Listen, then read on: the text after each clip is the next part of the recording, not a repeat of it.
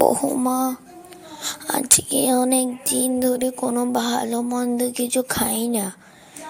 আমার জন্য একটু ফিশ ফিঙ্গারটা বানিয়ে আনবে? খুব খেতে ইচ্ছে করছে। সাথে যদি একটু ফ্রাইস হয় তাহলে ভালোই হয়। এরা তো কিছু করতে পারে না, শুধু শুধু এমনি খালি খাইতে পারে, বসে বসে খাইতে পারে, নিজের ছেলেকে আনতে বলতে পারে না বাইরে থেকে।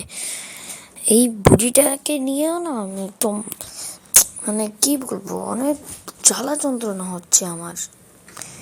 এত কেউ কি জ্বালায়?